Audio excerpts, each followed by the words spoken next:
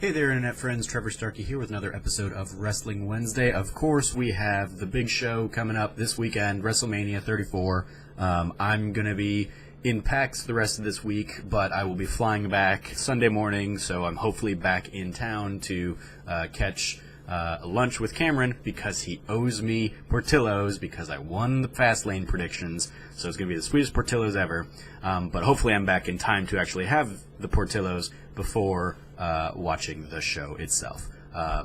But nevertheless, here are my predictions. I'm making this recording Tuesday night before I finish packing and get ready to go to bed for an early flight out to Boston Wednesday. So this is kind of what's out there. I'm pretty sure the card's pretty much locked, unless, of course, they throw in the big, Cena-Taker match. And so I've got a prediction about that too. But here are my predictions for the WrestleMania 34 card. Up first, I have kind of the cross-brand stuff, and I think this is also all of the pre-show, kickoff show kind of stuff. Men's Battle Royale, I mean, like, the Battle Royales are weird and tough because, obviously, we don't even know all of the competitors in them yet, so we're just basically assuming, like, everybody who's, on the roster who's not in, any of the stated matches, but there's probably also going to be some NXT call-ups and stuff like that. So, ultimately, I'm going to give this to Baron Corbin, is who I'm going to pick. I think he had... they tout him often as, like, a former winner of the Battle Royale. And then he was, of course, Mr. Money in the Bank before he botched that. And so I think they'll build a story about him being, like, the first two-time winner of the Battle Royale, and maybe try and give him some momentum going back into 2018 here. So that's my pick for the men's side, the Andre the Giant Memorial Battle Royale. On the women's side, I'm going to go with NXT call-up, Ember Moon. I know she's got a big NXT takeover match against Shayna Baszler at TakeOver New Orleans. I imagine they'll probably go the route of she'll drop the title to Shayna Baszler, she'll make her WrestleMania appearance, and then they'll move her on to probably SmackDown, if that's where they...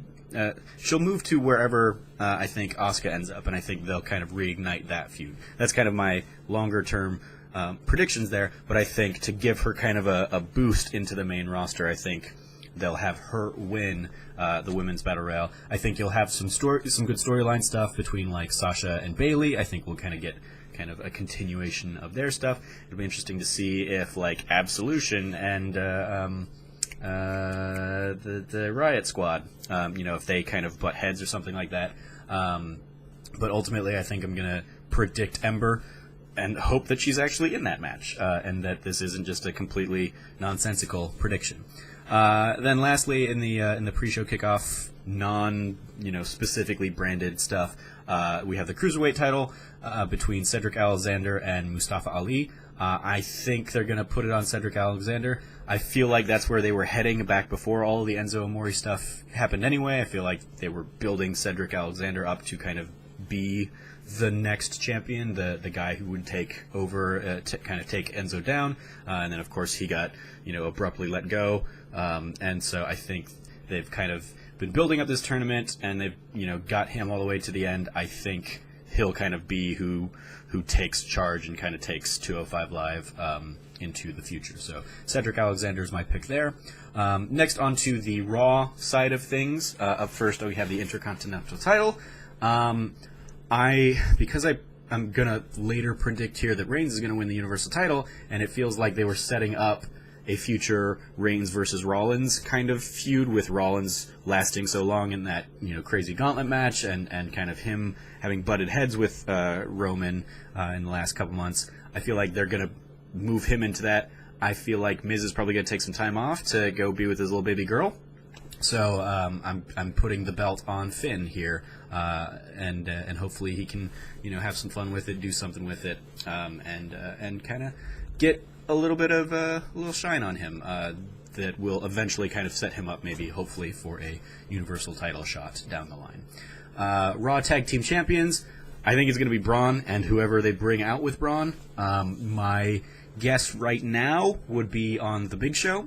They apparently just re-signed him for a multi-year contract, and he's going to be inducting Mark Henry into the Hall of Fame, so he's like back in the roster, and they've also announced him for the greatest Royal Rumble 50-man thing that they're doing in the Middle East in a month or two or whatever. So he's active again, and we haven't seen him since Braun Strowman kind of threw him through a cage in kind of a passing the buck moment. So I think it'd be kind of a nice closing the circle to see him, bring Big Show onto his side, and then of course you've got like two of the biggest men in the company out there that can probably just wreck shop for a little while. Give Braun some gold while they kind of let Reigns settle in at the top before he ends up going and challenging for Universal title somewhere down the line. So my prediction is Braun Strowman and whoever his partner is, but I think his partner is probably going to be Big Show. Raw Women's title, I'm glad they ended up going down this route. I've been kind of clamoring for the Alexa Bliss versus Nia Jax storyline for months now, and I am going to predict Nia to win here.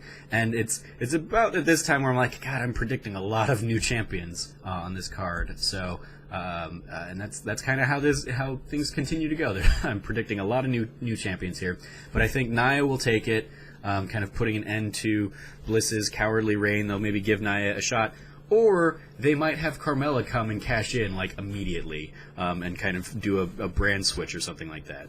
Obviously, they've kind of been playing with her, constantly trying to cash in against Charlotte and then not happening. So I think maybe she'll basically be like, well, screw it. It's clearly not in the cards for me to cash in against Charlotte, so I'm going to cash in on the new women's champion, and we'll see basically her go after Nia right away or something like that. So, but overall, regardless of the Carmella option, I'm predicting Nia wins over Alexa Bliss on this one for like a nice little feel-good kind of moment.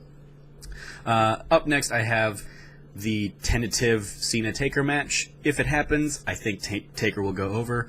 I think he'll win. I don't see him coming back just to lose to Cena, who's also probably going to be going off and doing Hollywood stuff for a while.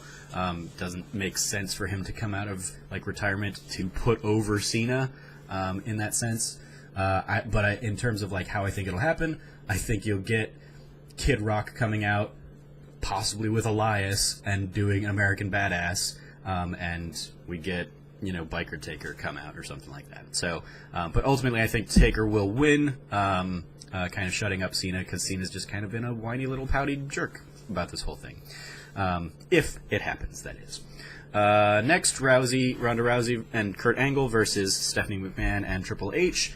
I have Rousey and Angle going over. I can't see a world in which they build up Ronda Rousey to be so great to have her lose to a non-wrestler like Stephanie McMahon, this badass woman from MMA world. No way she's getting put over, getting squashed by Stephanie. So I think they'll use that and kind of continue on a feud with them for a little while. But I think that'll kind of be they'll start her out with a WrestleMania win.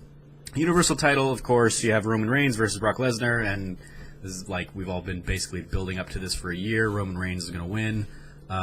It's just a matter of, how many F5s he kicks out of, how many suplexes he takes, how many Superman punches and spears he has to dole out to Brock Lesnar. But basically, like, I kind of feel like this is just going to be the Goldberg-Lesnar match from last year, but, like, in reverse. You're going to see lots of big power moves, and that's going to be it. I'm very curious what they're going to have actually main event this. Like, in theory, it would be this match, but I don't see it being, like, a great match. So I feel like, there's maybe more of a draw for Ronda Rousey to close out the show. Or, in an ideal world, AJ Styles and Shinsuke Nakamura. I don't see them doing that, though. They'll probably end it with this, and it'll probably be, Roman's 4th year in a row, 5th year in a row, whatever. Main eventing WrestleMania, fourth year in a row, main eventing WrestleMania, and it'll just be like, eye roll, and we all have known this is coming for a freaking year now, so just get it over with and let everybody go home angry. Sounds good to me. On to the SmackDown side of things, you have the United States Championship. I kind of think this will be early on, and I think they'll actually give it to Rusev. That's my prediction. I don't know if they actually will. I think that'd be the smart call, given how over he is with the crowd, especially doing it early on in the show. That will get people super excited for, the rest of the show. We hear, because if they don't, if he loses and they put it on anywhere in like the first half of the show, the rest of the show is just going to be Rusev Day chants because people are going to be pissed. In the same way that when AJ Styles came into the Royal Rumble and got thrown out early on, they kept chanting AJ Styles. I think if they give the United States title to anybody but Rusev, I think the show's going to be hijacked a little bit by Rusev Day chants, and not in a good way. SmackDown Tag Team Champions. This is actually a tough one. Like, it would make sense to me to give the Bludgeon Brothers like their first big pay-per-view win here and them take the title, but then you have like New Day hasn't had the titles in a while, and it'd be good to put it back on them. But then you also have the Usos, who have been turning in a great run as the champs, and their feud with the New Day is what the SmackDown Tag Team division is right now. But ultimately, I'm going to go Bludgeon Brothers. I think even when the New Day and the Usos try and kind of team up against the Bludgeon Brothers, I think the Bludgeon Brothers will just kind of be big, powerful beasts. And it'll be interesting because then you'll if you have especially Braun and Big Show, you'll have big, powerful tag team champs on both brands. Which, if they bring the brands together again, it'd be interesting to see those two face off or something like that down the line. So, I'm going Bludgeon Brothers on this, and it has the potential. I hope it's a really good match. The Usos and the New Day were some of my favorite matches in last year, and I hope that throwing the Bludgeon Brothers into that just kind of adds to that. SmackDown Women's Championship. Originally I was like Asuka, because every time I bet against Asuka, I lose, and it's a bad call. But then I was looking through, and I'm like, wow, I'm predicting every champion to lose. So, do I give it to Charlotte? And I've got Charlotte written that I'm looking at right now, but I think I'm going to switch it and go with Asuka. And like I said earlier, I think Ember Moon is going to kind of come up, and I think she'll go to SmackDown, and we'll see Ember Moon versus Asuka kind of reignited, while Charlotte is also going for it. And so maybe that leads to, down the line, a triple threat for Asuka, Charlotte, and Ember Moon. And that's how the Asuka streak breaks, is that it's not that somebody pins Asuka, it's that somebody pins one of the other people, and that breaks the streak and kind of eases the streak down, because they got to end the streak sooner or later. And, So, ultimately here, I'm going Asuka, I guess, even though I've still got Charlotte written down as I'm looking at it. But, nope, Asuka, because every time I bet against Asuka, it's a bad call, and I lose. So, Asuka it is. Daniel Bryan's return and with Shane McMahon and Sami Zayn and Kevin Owens, and the premise here is if Sami Zayn and Kevin Owens win, they get rehired onto SmackDown. I'm torn here because Daniel Bryan's coming back, and I feel like they've got to give him the win here. But then that would mean Sami Zayn and Kevin Owens aren't coming back to SmackDown. And so obviously I don't think they're going to get released from the company, but I don't know if they're going to go back to Raw so soon, because the whole thing was they came from Raw to SmackDown after last WrestleMania, so it seems so, premature to send them back to Raw, because I figured that's what would happen. But, I can't bet against Daniel Bryan winning on his first thing back, unless they go with, Shane turns on him, and it becomes basically a 3-on-1 attack to reignite the Yes movement and make Daniel Bryan the underdog again.